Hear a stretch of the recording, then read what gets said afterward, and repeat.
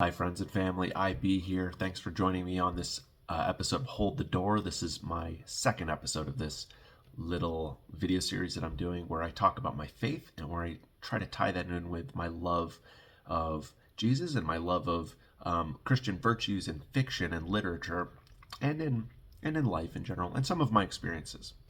Last time my preliminary video, I talked about my conversion. I talked about the dream that I had that brought me to the faith. And in this video, I want to get into the vein of what more of these videos are going to be about, which is me sharing with you parts of books or as I said, literature in general that I feel truly move me and to me shine a light through the world of the murk of fiction and fantasy and myth and bring us closer to the truth of Jesus and the truth of the Bible.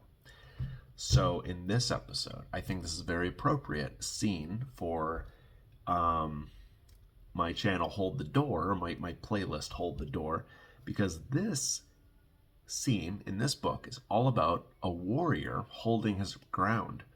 A good warrior, not just a good fighter. He's a great fighter, but he is also good morally, and he's fighting evil, and he's protecting his friends from evil in this scene. And we all love a scene like that. Especially if you're a man, I think you love a good scene where there's a man protecting the others, and being the one thing between evil and his friends. But in this case, the guy is not just doing it for his friends; he's doing it for someone else. And I think that's the value of this for this channel and for me as a Christian was ever since I first read this scene. Having been raised in the church, having been familiar with Jesus, having the seed of the gospel planted in me from a young age, there was something about this scene that woke something up in me and said, this is what a warrior is supposed to be. In this case, the warrior isn't a man, it's a bunny. You might know what I'm talking about. You might think I'm talking about Redwall, but I'm not, because in Redwall they're hares. I'm not talking about Redwall. I'm talking about Watership Down. And of course, if you know Watership Down, you know I'm talking about Bigwig, Flyleaf. And Bigwig is one of my all-time favorite characters. And I get very, very moved by fiction books. I'm very much absorbed in them, and I follow the characters very closely. Bigwig is one of those characters for me. And I could do a whole video series on just studying Bigwig. Maybe I will, because I love Watership Down. And I recently discovered that the author Richard Adams was in fact a Christian.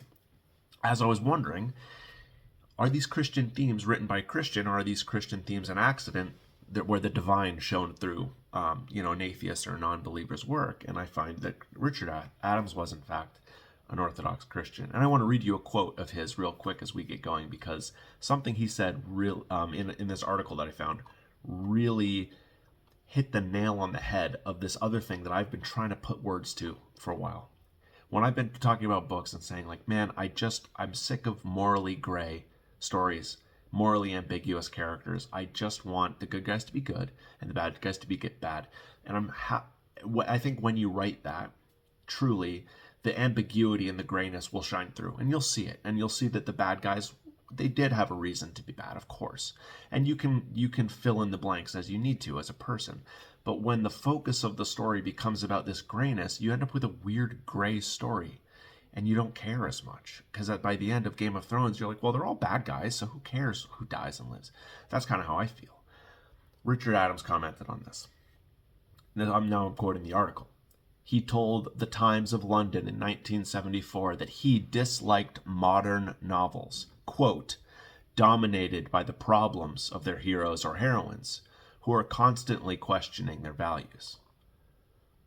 As an Orthodox Christian, he added, I feel there really isn't a lot of agonizing to be done. I couldn't write a story about right and wrong, which is interesting because he did. I think Watership Down is an excellent example of a story about right and wrong, characters good versus characters evil. But I think the point he's making is that he knew right and wrong because he was a Christian. He had been taught right and wrong as a Christian, so he wrote a story. And of course, right and wrong became clear as the story came out. And he didn't analyze too much about why this guy was good, why this guy was bad, and maybe this guy should be a little good and bad. It just happens in the story. And when you accept it, and when you give it that, I think that Christian spirit, it makes more sense of it. But let's get into some of the details of this scene in this story itself. So, as I said in the beginning, we're talking about a warrior holding his ground on a narrow path, and that's another good Christian, some good Christian imagery there, straight from the Bible. You have this warrior on this narrow path, and the scene is such that he is tasked with protecting that path and protecting the ones on it from evil. And in this case, the ones on the path behind him are his friends, and he is the best warrior of all of them, undoubtedly. He's the greatest warrior. He's the most strong. And then evil, in this case, is this bigger, much more powerful, much better fighter rabbit called General Woundwort, who, if you've read the stories, you'll know, but if you haven't, he is like a monstrosity. The book is obviously not very realistic, but the rabbits are more or less normal. They don't use tools, really. They don't dress with clothes. They are like living and functioning as rabbits. General Woundwort is like a freak. He's like twice as big as a normal rabbit. He's just like a freak of nature, which I'm sure happens in real life. And he's a bastard. He's big and he's mean.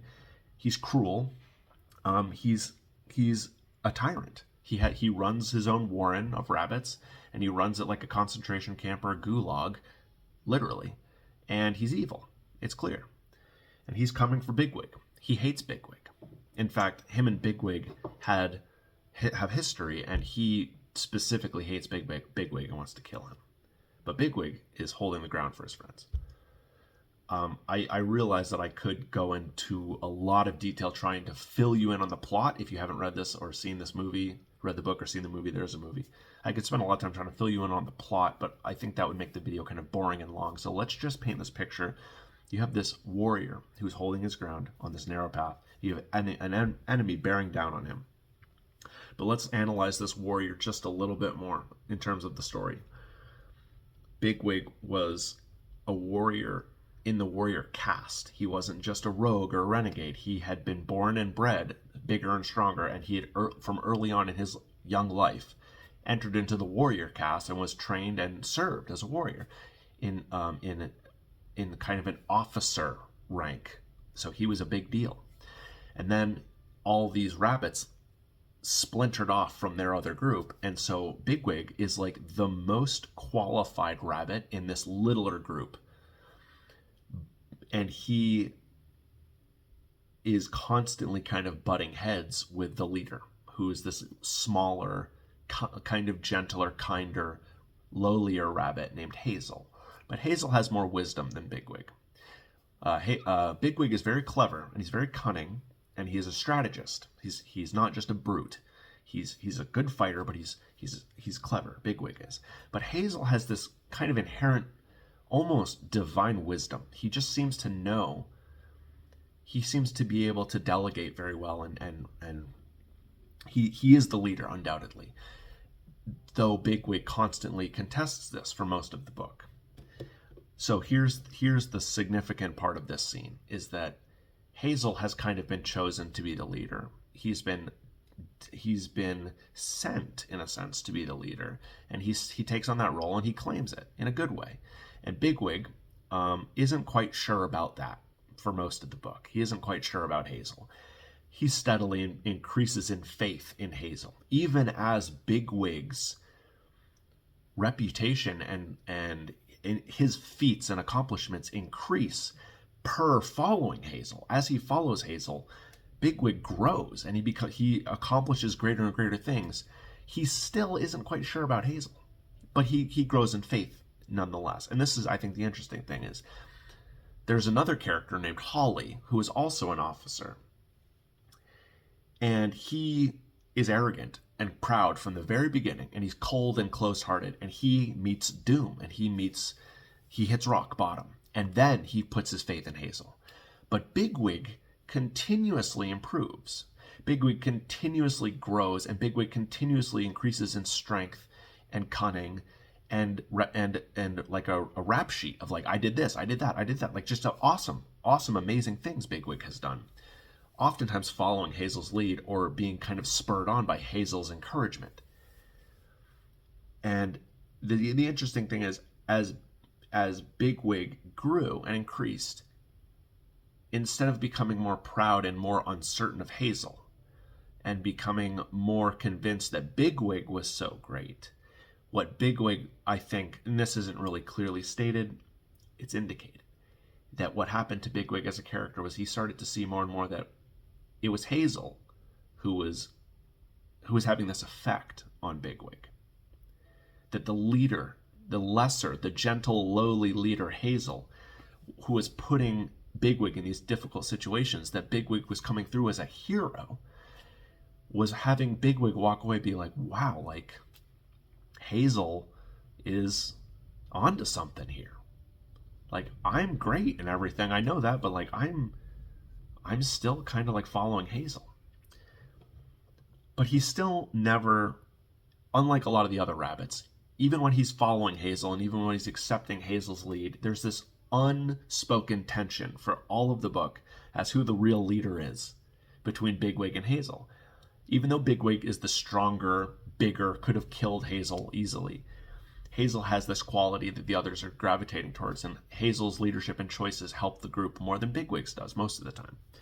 But even up to this very end point, and this cataclysm is happening where the evil rabbit Woundwort is coming to kill them all, and can because of how powerful he is. You still don't really know, is Bigwig the chief rabbit or is Hazel? Well, there's this pivotal moment where Hazel has a flash. Hazel, the lesser one, has this flash of inspiration. And he leaves and once again gives Bigwig orders and says, Bigwig, you need to do this. He says, you need to protect the other rabbits until I come back. And this is a pivotal moment because this is the end. There have been many moments before where it seemed like there was danger and conflict and contests of will, and Hazel came up with the solution and Bigwig acquiesced, and Bigwig said, all right, I will follow you, Hazel. But in this moment, it is doom upon them. It is life and death. There is really, he's backed into a corner and death is coming down upon him, and there's nothing else he can do except decide to do what Hazel said or do something else. Now, in this case, I think it's fine to acknowledge that it was within Bigwig's character to do what Hazel asked him to. Bigwig had proven himself to be a defender of the weak and a warrior and a protector.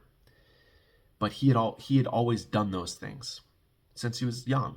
He was good. And it could easily be said that Bigwig did those things for Bigwig. First, as his role. It's like, well, I'm Bigwig, and this is what I do. And I do them for Bigwig. And of course, it benefits everyone else. And he might have always said, well, I do it for the Warren, the good of the Warren. But at a certain point, if you can't acknowledge leadership above yourself, you are kind of doing it for yourself, I believe. But Hazel said, Bigwig, I need you to do this, and I'm leaving, and I'll come back. Which is scary, because the danger was there, and Hazel was just leaving. And Bigwig didn't even really know what Hazel was going to do. But Hazel had come through again and again and again and again, and he had even, at one point, Hazel had been shot by a gun to protect the others. He had really sacrificed himself. And I'm going to point this out now because it's pertinent later, and you might have already picked up on it, but there's a strong Christ embodiment in Hazel. Both with his sacrifice for the others, he runs out in the way of a gun and gets shot, and everyone thinks he's dead, and is kind of reborn out of this like ditch in the ground, in a sense. So he's proven to the others that he's willing to die for their well-being. He ran out in front of a gun so that they could escape. And now Hazel's saying, you guys stay here with evil surrounding you and threatening to murder you all. I'm going to go, and I'll be back to save you. Bigwig, I need you to hold the run. And the run is these tunnels that the rabbits build underground. So Hazel's gone with a few others. Bigwig's there protecting his friends, per the request, the order rather, of Hazel. And they've blocked off all the other runs and all the other tunnels, so there's just this one way in to all the bunnies. And Woundwort and his army, which is many more, and they're all big and strong and scary, they've all dug their way down, and they're at one end of this one single tunnel that Bigwig is standing in the middle of, protecting the other rabbits. Okay, I've said that a bunch of times. And Hazel's gone. So let's get into this real quick. This is the very end of the book. And I'm not going to read you the entire fight scene between Bigwig and Woundwort because it stretches over several chapters and is broken up by some jumping around between different events and places. So I'm going to fill you in on the beginning of the fight. More or less, Woundwort comes into the tunnel thinking, as he has his entire life, because he's a freak, he's Goliath. Even if maybe this is a bad example, but like, even if Bigwig is like Samson, which maybe is bad because Samson was like literally unbeatable. So maybe, whatever you want to say, Woundwort is Goliath, and there was like no beating him. It was just, he was impossibly large and hard to kill. Did I say Bigwig? I meant Woundwort. Woundwort had been killing people, killing other rabbits. He had been killing predators like foxes, things that other rabbits can't do his whole life. And he comes into this run fully expecting to destroy Bigwig. And Bigwig engages in combat with Woundwort. Now, Woundwort hates, as I said earlier, Woundwort hates Bigwig. And he's looking to kill him. He wants to kill him. And Bigwig is there fighting for his life and fighting for his friends' lives. And also fighting because Hazel told him to. And you don't know that really, because he would have done it anyways. But I think this is really important. It's really important. Why is it important? We'll see. After fighting for a little while, Bigwig repels Woundwort. Impossibly. And Woundwort is flummoxed. He can't believe that he's been beaten. So he kind of retreats. He's not dead, but he retreats out of the tunnel. And to tell his captains, because he has all these reinforcements, and he kind of ashamedly kind of lies and says, I've almost beaten Bigwig. I need you guys just go in there and finish him off. I have other stuff to do. Well, the captains of Woundwort are not buying it, and they know suddenly that something's happened. And I think this is such a great scene because it shows Bigwig as this epic hero once again. Bigwig's accomplishments and feats have continued to increase. He's reaching this peak of there was an ultimate evil figure. It's Woundwort, and he was unbeatable, this unbeatable foe. And Bigwig had beaten all these other foes, and he'd been working his way up to meeting Woundwort. And he meets Woundwort, and he beats Woundwort with a trick early on, and that's why Woundwort hates him. And you see, as I said, Bigwig's accomplishments increasing. He's becoming like a legend amongst these bunnies. But Hazel's still the leader. Hazel's still the chief. They call him Hazel Ra. And in this moment, when Bigwig beats Woundwort in single combat, suddenly you see that Bigwig, when Bigwig has beaten Woundwort, he's reached the height of his glory. In terms of what he is and what he represents, everything that he is, everything that he's ever meant to be, a defender of the weak, a warrior, a brave soul, and physically domineering and powerful, dangerous even. He proves that he is the best by beating Woundwort. What a powerful moment. What a moment to look at Bigwig as the hero of the story. And he is, in a sense. But not because he beat Woundwort. The final stroke of Bigwig's greatness and the final absolute perfect accomplishment of Bigwig's comes after he beat Woundwort in combat. And when Woundwort is trying to discourage Bigwig with the obvious truth, which is that even though you beat me, Bigwig, I have an army here, and we're going to dig our way down in there, and we're going to overwhelm you and destroy you. And he doesn't say all this because he's embarrassed, but But what he means by all this is that it doesn't matter that you beat me, you fool. Like, I'm still more powerful than you. And what Bigwig says next is the nugget of beauty in this book, I think. And it is the nugget of beauty in Bigwig, and it's his highest moment as a character, and it's something that we should aspire to, I think. So let's get right into it. I'm going to start where Woundwort has backed out of the tunnel, and he's talking to his captain. Woundwort clambered out into the honeycomb, now dimly lit down the shaft by the daylight outside. He had never felt so tired. Woundwort saw Vervain and Thunder looking at him uncertainly. Those are his captains. Those are his evil rabbit captains. Woundwort sat on his haunches and tried to clean his face with his front paws. Flyly won't give us any more trouble. Flyly is Bigwig. That's his rabbit name. Flyly won't give any more trouble, he said. You'd better just go in and finish him off, Vervain, since he won't come out. You're asking me to fight him, sir? Asked Vervain. Well, just take him on for a few minutes, answered Woundwort. I want to start them getting this wall down in one or two other places. Then I'll come back. Vervain knew the impossible had happened. The general had come off worst. What he was saying was, cover up for me. Don't let the others know. Because Bigwig had beaten Woundwort. Woundwort's entire life and reputation had always been built around fear. That was his whole thing. And not just the way he ran his little empire with fear, like a gulag, but he could kill anything. He was physically terrifying. But something had beaten him. Finally, it was Bigwig. I keep mixing up the names. I hope I'm getting the names right. Woundwort what had been so strong his whole life, and Bigwig finally beat him. And now he's asking Vervain to cover it up for him. And Vervain is thinking, what in Frith's name happens now, thought Vervain. The plain truth is that Flyleys had the best of it all along. Ever since we first met him in Ifrafra. And the sooner we're back there, the better. Meaning, ever since Bigwig first arrived and met Woundwort, Bigwig has been winning and winning and winning and increasing in his victories. And again, he's at this pinnacle. He's the greatest bunny in the whole game, in the whole war right now. Bigwig is the ultimate hero. This is what Vervain is thinking and saying. And it's kind of true. Kinda. He met Woundwort's pale stare, hesitated a moment, and then climbed on the earth pile.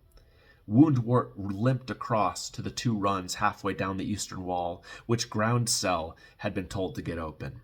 Both were now clear at the entrances, and the diggers were out of sight in the tunnels. As he approached, Groundsel backed down the further tunnel and began cleaning his claws on a projecting root. How are you getting on? Asked Woundwort. This run's open, sir, said Groundsel, but the other will take a bit longer. I'm afraid it's heavily blocked. One's enough, said Woundwort. As long as they can come down it, we can bring them in and start getting the end wall down. So what's happening, as I said, is they're opening up more tunnels. All the evil forces are pouring in. Bigwig's about to be completely overwhelmed. The bunnies he's protecting are about to be completely murdered, just completely slaughtered underground. He was about to go up the run himself when he found Vervain beside him instead of fighting Bigwig. For a moment, he thought he was going to say that he had killed Flyly. A second glance showed him otherwise. I've got some grit in my eye, sir, said Vervain. I'll just get it out, and then I'll have another go at him. Now everyone's afraid of Bigwig instead of Woundwort. They're more afraid of Bigwig than Woundwort, and this is, of course, the end of Woundwort's power. Without a word, Woundwort went back to the far end of the honeycomb. Vervain followed. You coward, said Woundwort in his ear. If my authority goes, where will yours be in half a day? Aren't you the most hated officer in Ifrafra?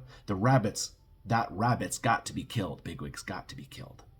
Once more, he climbed on the earth pile. This is an earth pile that Bigwig and his bunnies built as like a wall, as a barrier to shield them from, to fight behind. And Bigwig and Woundwort had been fighting down this tunnel,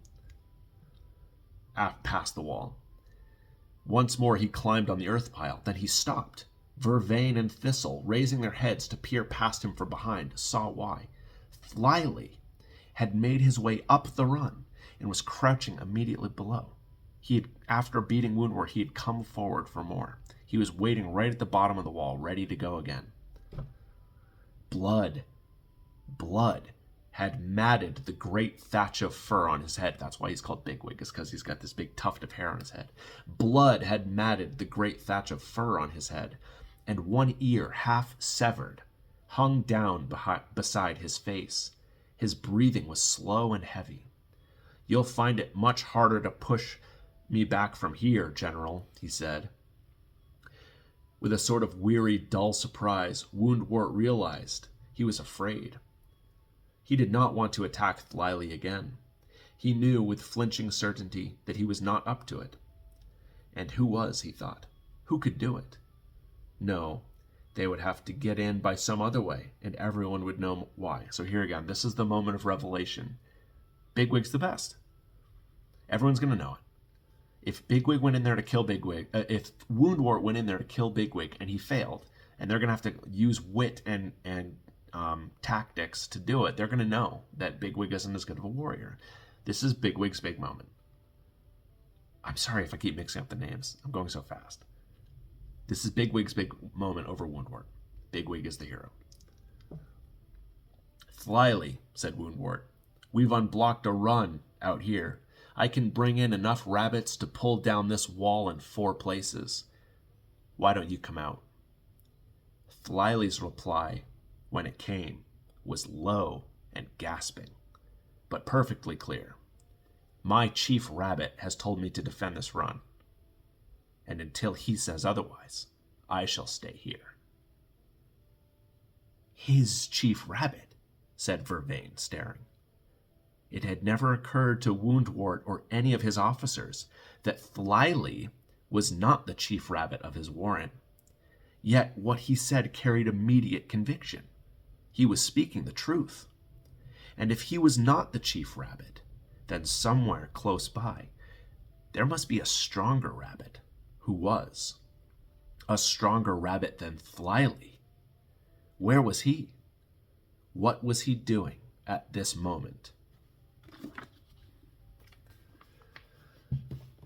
I'm going to read the part again that I really like from that, just so you get it.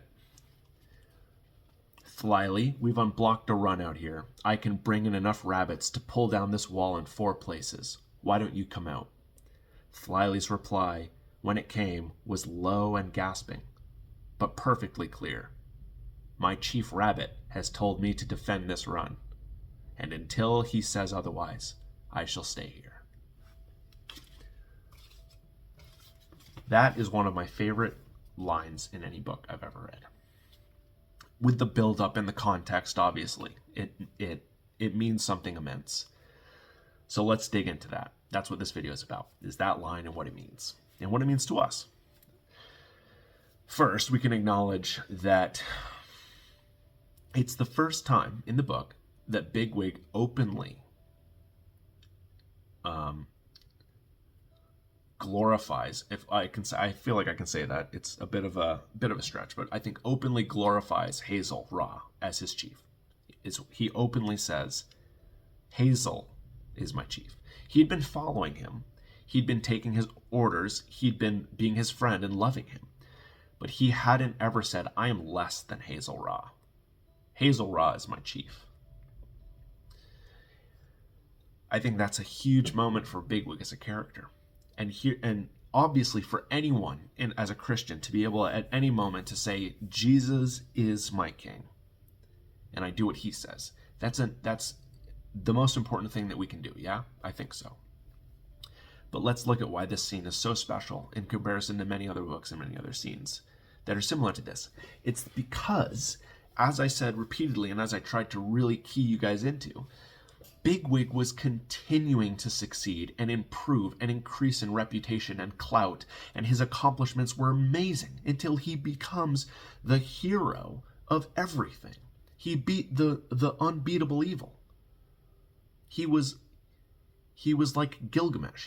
He was like Dr. Manhattan. He was like, in Rabbit World at that moment, Bigwig was the top dog. He was. And Every single time he increased in power, and he increased in reputation, and he increased in success, he also increased in faith of Hazel. That's what we need to be like. And it's so hard, but that is such a good example to remember that it's so tempting to, as we succeed, to fall back into ourselves. Imagine if Bigwig had done that. It doesn't really matter because it's a bunny story, but he never did. The greatness of that scene is that he continued to increase in faith until the final moment of his ultimate greatness, when he could have claimed, you realize in that scene, Bigwig could have said, I beat Woundwort, you guys should all follow me, I'll be the chief rabbit of all the Warrens. Maybe they would have listened. Maybe they would have killed him because they didn't want that. But what he said was more true and more devastating to his enemies than trying to be the chief. What he said was, my chief rabbit told me to guard this run, and I will until he comes back. I get goosebumps when I think of that. Like, here he has completely beaten the game, and he turns it all over to God, right? I'm not going to say Hazel Raw because I think that part of the analogy is over. Like, for the sake of the story being a Christian analogy or allegory, he turns it all over to God. He says, oh, it's not me. I didn't do this. Like, I've been following Hazel the whole time. I've been following God. I think that's such a powerful sentiment. But we can dig into it even deeper than that. I think there's more to appreciate here. Hazel left, and he didn't really say what he was going to do, and he didn't really say how he was going to save them. But he basically said, I need to do something. I'm going to come back. Do this. Bigwig, hold the run. And we have been put in that same position here on earth. Jesus left, and he said, I'm coming back, and I'm going to fix everything. Just hold firm. Follow the commandments. Love your God with all your heart, all your mind, all your soul. Love your neighbor as yourself. Know that the only way to the Father is through the Son. Various things that we're supposed to do. But in the end, the idea is that we're alone against evil. We have the memory of Jesus, and we have the teachings of Jesus, and we have the faith that's been imparted upon us by Jesus. But he is not in the room with us. We don't need to delude ourselves into that. We don't need to pretend that we're having visions of Jesus sitting on our bedside. We can, but it's not the same. He's not here anymore. But he's coming back. He said so. And he's proven himself to be trustworthy. And he, as the church and as Christians, succeed and grow.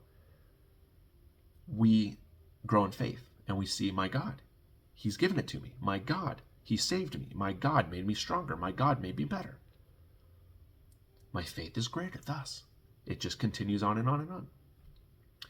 And in this case, in the story, Hazel does come back in kind of an apocalyptic biblical sense, and he brings this angel of death that just wipes out the Ephrathran army. Not all of them, but he kills a lot of them. Kills Woundwort. Saves the day, just like he said. And because Bigwig held the ground, held firm, didn't succumb to the temptation to claim chiefdom for himself, there were rabbits to save. There were rabbits in the tunnel for Hazel Raw's actions to save. And I think that is reflective of what we're asked to do as Christians. We are asked to hold that ground. We are asked to be there on that narrow path, keeping the way open for people to survive.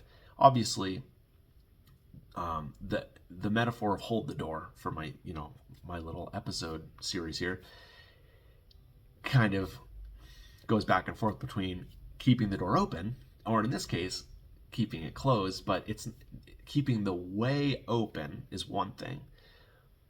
Keeping evil at bay is another. I think it's the same mentality of like, I need to put my faith in God and my trust in God. I need to put my faith in the words that Jesus said. And I need to put my faith in the words that his prophets, when filled with the Holy Spirit, said. So, I feel like I could continue digging into this scene with Bigwig and this scene with Hazel. But I think the message the important message shines through, that if you're a warrior, the important moment isn't beating your greatest foe. It's at the end of that saying, my God is the reason I'm doing this, and my God is the reason I will keep doing this until he tells me to stop doing this. Or you could just say, my King has told me to do this, and I will keep doing it until he tells me to stop. I think it's a beautiful, beautiful image of this warrior who just beat the ultimate evil. His ear is shredded and severed. His Bigwig, which literally is his like pride. Bigwig's like, it's his namesake. Flyleaf means bigwig in the rabbit language, and like it is his like crown. It's his like mark of honor, and it's like matted with his own blood, and he's standing there saying like, I surrender to the greatness of my chief, my God, my King, and any greatness that I have is his to command. Wow. It's a book about bunnies. I wonder how many people have analyzed that and come to that same conclusion, but there's a reason why this book went from being nothing to being one of the best-selling books in the world. You don't have to understand all that to know what a great scene that is. The kind of love and humility that it takes for a person who just conquered the world to surrender it to the person that deserves it more than them. That's amazing. And the satisfying renewal of faith when, of course, the chief does return and he saves the day. And I think that's what we're waiting for and what we're expecting in this world. However that happens. And again, here's an important detail. I'll say it again. Jesus didn't tell us exactly. There's imagery and there's pictures painted in Revelations. It's all so hallucinatory. It's hard to really know what it's actually going to be like. People who claim to know have been proven wrong again and again. But the point is that Jesus told us he'd be back. That as much is clear. And he told us to be waiting for him and to be holding the way and holding firm. And I think Paul says that literally. Maybe I want to be careful about quoting the Bible because I don't know it that well. But I think the Apostle Paul does say like hold firm in various contexts. If not the Apostle Paul, then somebody does. But this idea to hold firm until Jesus returns is like paramount to us. And this idea that you don't really know what he's going to do. And again, that's painted beautifully by Richard Adams with this idea of Hazel's just like, I got to go. Hold the way. Hold the ground. I will be back. And Bigwig's just like, I don't know what you're doing. I'm going to do what you say. You've proven to me that you're faithful. You've proven to me that you love me. You've proven to me that you will die for me. Of course, I will do what you say, Hazel. Well, we can say that to Jesus. Jesus, you're up there. You died for us. You saved us. You've proven yourself with your words and your wisdom and your truths again and again and again and again. When we follow you in our lives, we're saved. We're saved from sin. And we increase in I think, the Holy Spirit, which is probably the greatest gift that a human can receive, except the salvation from the blood of Christ. So, of course I'm going to trust you, God. And I haven't reached that point in my life where I'm standing in that run facing the devil close to ultimate defeat or ultimate victory. And most of us probably will never know when we've really reached that moment. But I think we can imagine, in a sense, that we are in that position every day where we can surrender to the devil and say, you got me, I'm done. You beat me. Or we can say, you're not the king, Woundwort, I'm the king. I'm Bigwig. Or you can say, I'm doing what my king told me to do. And my king is the greatest. Remember how the rabbits reacted when they're like, Bigwig isn't the chief? He just proved himself to be the strongest person, the strongest bunny of all the bunnies. Bigwig's the strongest bunny of all the bunnies, and he's telling us he's not the chief? What a devastating blow that is to evil. Not to people necessarily, but to evil itself. That is what we should aspire for as Christians, and it's something that I want to aspire more to, is to be in some ways perceived as a champion and a hero. Not for my pride, but so that when I say, well, I'm just following this other guy named Jesus. He's the King of all kings. And he's the one who gave me all the power and all the wisdom that I have, everything that I have. When I have those moments, the people that admire or loathe me can have a moment of like, wait a second. If he's right, and if in fact there is another greater than him close by, how screwed are we, or how blessed are we? If people admire me, let's say, for anything, and I say, well, it's not me, it's Jesus. Jesus is like infinitely greater than me. There's some great encouragement for you. You thought you were encouraged by me. There's someone way, way, way better than me. And you know that. I'm sure most of you do. And if not, like, believe it. There is. And if you hate me, if a part of you, if the demon is communing with you saying that I am evil and you hate me for this, know that it will never end. This kind of truth and this kind of communion with the Holy Spirit does not end. And it can end by, ending me, or even I could fall from grace and I could fall from faith. I pray that I never do. If I were to sin and turn from the path of righteousness, which could happen. But that won't change the fact that Jesus is infinite. And that won't change the fact that Jesus is the King of all kings, and that every great thing that's ever been done is minuscule in comparison to what Jesus has done and what he will do.